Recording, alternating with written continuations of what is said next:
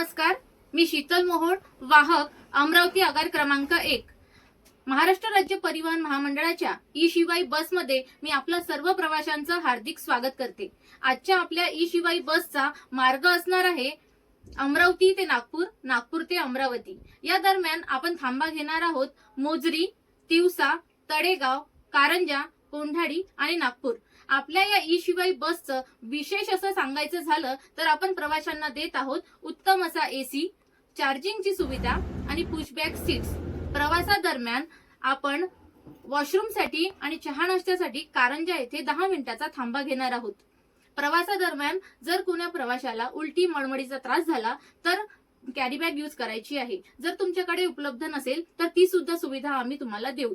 जर प्रवासामध्ये जास्त त्रास वाढला तर तुम्ही आम्हाला पुढे येऊन सांगायचं आहे, आम्ही गाडी बाजूला थांबवून देऊ.